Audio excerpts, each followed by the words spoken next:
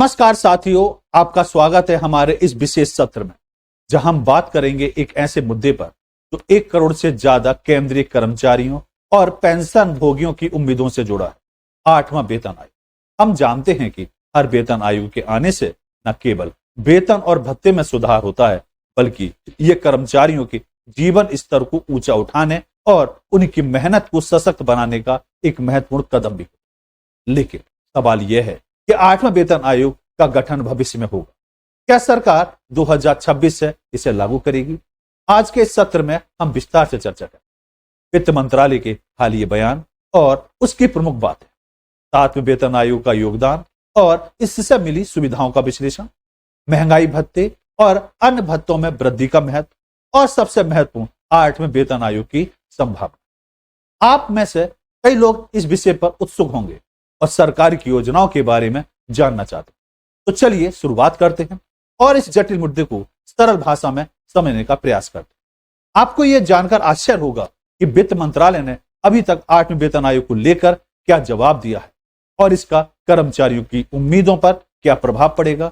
इस पूरी जानकारी को समझने के लिए इस वीडियो को अंत तक देखें। तो चलिए शुरुआत करते हैं। आपका स्वागत है आपके अपने चैनल टारगेट विद कृष्णा में। मैं अमित चौधरी। देखिए, अगर हम बात करते हैं तो बात आती है सबसे पहले कि 8वें वेतन आयोग में वित्त मंत्रालय ने क्या कहा। तो वित्त मंत्रालय का क्या बयान है? बयान की अगर हम बात करेंगे तो 3 दिसंबर 2024 को वित्त मंत्रालय का बयान आया। इस बयान में साफ साफ कहा गया कि निकट भविष्य में 8वें वेतन आयोग के गठन की कोई भी योजना नहीं है। तो योजना नहीं है, ऐसा नहीं है कि लागू नहीं होगा। हाल फिलहाल में कहा गया है कि कोई योजना नहीं है, कोई प्रस्ताव विचाराधीन नहीं। ये किसने कहा? वित्त राज्य मंत्री हमारे पंकज चौधरी जी ने कहा कि जो उत्तर पूछा गया था 2025-26 के बजट में वेतन आयोग की कोई घोषणा नहीं होगी। ये सवाल राज्यसभा सदस्य जावेद अली खान और रामजी लाल सुमन ने पूछा था। दूसरा, वित्त मंत्रालय के इस बयान ने कर्मचारियों और पेंशन भोगी जो हैं उम्मीदों को एक कड़ा झटका भी दिया गया। दूसरी, अगर हम बात करते हैं 7वें वेतन आयोग की, अगर हम बात करें तो 7वें वेतन आयोग का जो गठन हुआ था वो 28 फरवरी 2014 को हुआ। रिपोर्ट जो पेश की गई थी इसकी 19 नवंबर 2015 को की गई थी। इसका मतलब इसी समय इसको अकॉर्डिंग देखा जाए तो नवंबर 2025, तो 2025 के आसपास जाकर हम देखेंगे कि जहां पर रिपोर्ट जो पेश की गई तो आयोग का गठन ये मान के चलिए 2025 में हो जाएगा। रिपोर्ट लगभग लास्ट तक पेश जारी कर दी जाएगी और जल्दी हो सकता है इसको लागू भी कर दिया जाए। 7वें वेतन आयोग की बात करें तो 1 जनवरी 2016 को यह लागू किया गया। वेतन ढांचे में व्यापक सुधार इसे दिखाता है। दूसरा, कर्मचारियों और पेंशन भोगियों के लिए वेतन में समानता यहां आपको दिखाई देती। दूसरी, अगर हम बात करते हैं 8वें वेतन आयोग की क्या संभावना। आमतौर पर आपने देखा होगा हर 10 साल में एक वेतन आयोग का गठन होता है। 1 जनवरी 2027-28 से लागू होने की इसकी संभावना बनती है, क्योंकि कमेटी अगर गठित की जाएगी तो ये रिपोर्ट पेश करेगी तो नवंबर लास्ट तक ये पेश करी जाएगी 2025 में। तो ये मान के चलिए या तो ये 27 या 28 में ये लागू हो सकता है। महंगाई और जीवन यापन की लागत को ध्यान में रखकर वेतन में संशोधन किया जाता है और जो 8वें वेतन आयोग के तहत वेतन संरचना और भत्तों में बड़े बदलाव की स्पष्ट तौर पर उम्मीद दिखाई देती है। दूसरी बात अगर हम करते हैं महंगाई भत्ते और राहत की, अगर हम बात करें तो सबसे पहले बात आती है महंगाई भत्ते मतलब डीए की। महंगाई से निपटने के लिए कर्मचारियों को अतिरिक्त सहायता की जरूरत पड़ती है। मूल वेतन पर आधारित होता है। यह जो महंगाई भत्ता होता है, जो कर्मचारी का जो मूल वेतन होता है उसके आधार पर इसको डिसाइड किया जाता है। महंगाई राहत मतलब डीआर की बात करें तो पेंशन भोगियों के लिए लागू किया जाता है।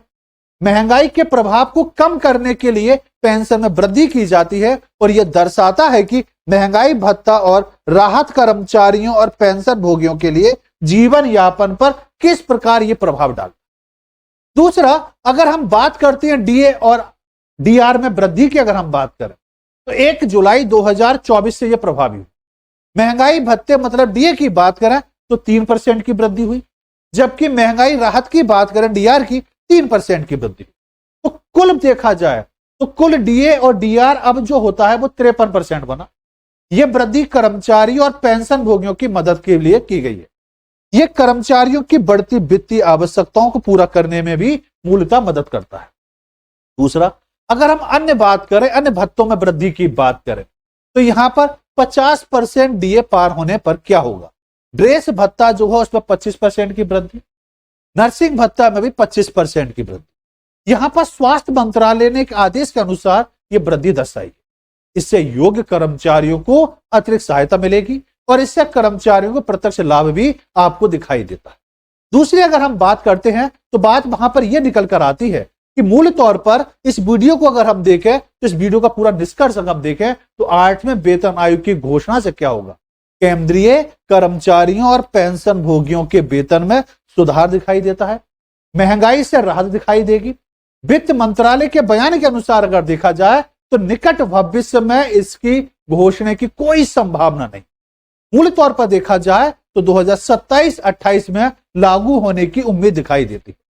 तो साथियों, आज हमने चर्चा की 8वें वेतन आयोग से जुड़े हर महत्वपूर्ण पहलू पर। हमने जाना कि कैसे वित्त मंत्रालय ने अभी तक 8वें वेतन आयोग के गठन से संबंधित कोई प्रस्ताव नहीं दिया। 7वें वेतन आयोग के लागू होने के बाद कर्मचारियों और पेंशन भोगियों को क्या क्या लाभ मिला, महंगाई भत्ते और नर्सिंग व ड्रेस भत्ते जैसे अन्य भत्तों को हाल या वृद्धि के बारे में बात करी। लेकिन बड़ा सवाल यह है कि 8वें वेतन आयोग को लागू करने के लिए सरकार 2025-26 के बजट में घोषणा करेगी। सरकार ने यह स्पष्ट कर दिया है कि फिलहाल ऐसी कोई योजना नहीं है, लेकिन उम्मीद है कि 2026 में यह लागू हो सकता है। अब सवाल आपके से है, क्या आप मानते हैं कि 8वें वेतन आयोग को समय पर लागू करना चाहिए? महंगाई के इस दौर में क्या सरकार और कर्मचारियों को आर्थिक स्थिति को प्रभावित देनी चाहिए? आपके सुझाव और विचार हमें कमेंट में जरूर बताएं। इस सत्र के अंत में हम आपको एक बात याद दिलाना चाहते हैं, हर वेतन आयोग सिर्फ वेतन में बढ़ोतरी का साधन नहीं होता, बल्कि ये कर्मचारियों की बड़ी मेहनत और देश के प्रति उनके योगदान का सम्मान भी है। आशा है ये जानकारीपूर्ण चर्चा आपके लिए उपयोगी रही होगी। यदि आपको ये वीडियो पसंद आई हो तो इसे लाइक करें, शेयर करें और टारगेट विद कृष्णा चैनल को सब्सक्राइब करना ना भूलें। धन्यवाद।